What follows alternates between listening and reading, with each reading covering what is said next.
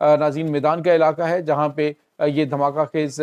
مواد پھٹا ہے۔ تو اب خوارج کے مرنے کے حوالے سے تو خبریں نہیں دی جا رہی، لیکن ناظرین خبریں کیا دی جا رہی ہیں کہ 20 سویلین مارے گئے، اب اس میں 8 سویلین ہیں جو شہید ہوئے ہیں، لیکن باقی جو ہیں وہ 14 وہ خوارج ہیں جو دہشت گرد وہاں پہ ڈیوائسز جو ہیں وہ بنا رہے تھے۔ اب دوسری جانب آپ اندازہ لگائیے ناظرین کہ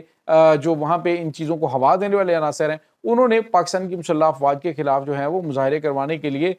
جو وہاں پہ انہوں نے اپنے ہرکارے رکھے ہوتے ہیں، جو پیڈ ہوتے ہیں، وہ سارے کے سارے سلیپنگ سیلز جو ہیں وہ بیدار ہوئے ہیں اور انہوں نے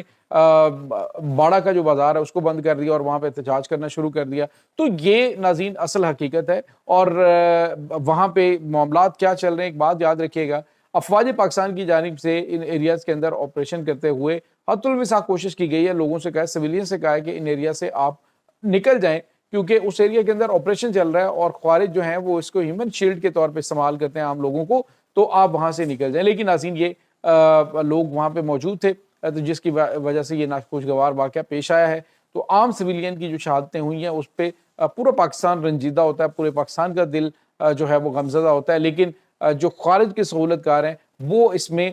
کوئی نہ کوئی اس طرح کی چیز کرنے کی کوشش کر رہے ہوتے ہیں کہ جس سے افواج پاکستان کو بدنام کیا جا سکے۔ لیکن ناظرین جو جسے اللہ رب العزت جو ہے عزتوں سے نوازتا ہے، اسے اس طرح کے جو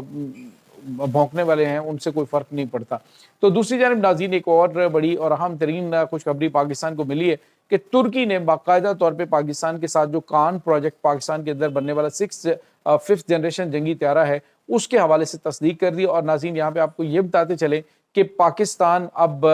دنیا کے ان ممالک میں شامل ہو گیا ہے کہ جہاں پر جو سٹیلتھ فائٹر جنگی طیارے ہیں وہ تیار ہونا شروع ہو گئے۔ ناظرین یاد ہے کہ یہ جو کان طیارہ ہے، اس کان پروجیکٹ کو پہلے پاکستان اور ترکی جو ہے وہ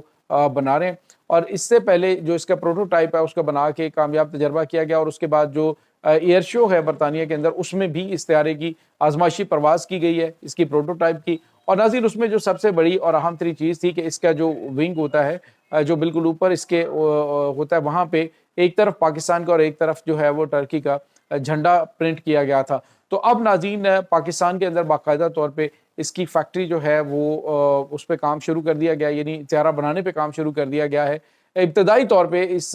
اسٹیلتھ فائٹر طیارے کے اندر جو میزائلز ہیں یا جو ہتھیار استعمال ہوں گے وہ بھی پاکستان کے اندر ہی ڈیولپ ہوں گے، اور ناظرین یہ طیارے یہاں پہ بنیں گے اور یہاں سے پوری دنیا میں بیچے جائیں گے۔ اور اب ناظرین اس کو بڑے بڑے خریدار بھی ملنا شروع ہو گئے، یعنی یوں کہہ لیجیے کہ اسلامک ناٹو جو ہے، اسلامک ناٹو کو اب 5th جنریشن جنگی طیارے کے لیے کسی کا محتاج نہیں ہونا پڑے گا۔ آپ اندازہ لگائیے کہ 2 اسلامی ممالک ہیں جنہوں نے اس کے آرڈرز بھی دے دیے، جس میں انڈونیشیا جو ہے اس نے ان جنگی طیاروں کی خریداری کے لیے $10 ارب کا ایک معاہدہ کر لیا ہے، جبکہ جو دوسرا خریدار ہے وہ ہے آذربائیجان، اور آذربائیجان نے بھی پہلے ہی اس کے آرڈرز دے دیے، یعنی ابھی طیارہ جو ہے وہ مکمل طور پہ یعنی فزیکلی وہ طیارہ بنا نہیں، لیکن اس کے خریدار آلریڈی مل چکے ہیں۔ ناظرین 2028 تک یہ جنگی طیارہ جو ہے وہ پاکستانی ایئر فورس کا حصہ بنے گا، اور اس میں ابتدائی طور پہ جو انجن استعمال ہوگا وہ امریکن ہوگا، لیکن پاکستان کے اندر اس کا جو انجن ہے 5th جنریشن جنگی طیارے کا وہ بنانے کے حوالے سے ڈیولپمنٹ شروع ہو چکی ہے، یعنی پاکستان کے اندر اس کا انجن بھی بنایا جائے گا، اس کے اندر استعمال ہونے والے جو ویپنز ہیں وہ بھی ڈیولپ کیے جائیں گے، اور اس کے بعد ناظرین یہ جنگی طیارہ یہاں سے پوری دنیا کو بیچا جائے گا۔ تو ناظرین اس سے پہلے پاکستان اب جو ہے وہ J-35 جنگی طیارے جو کہ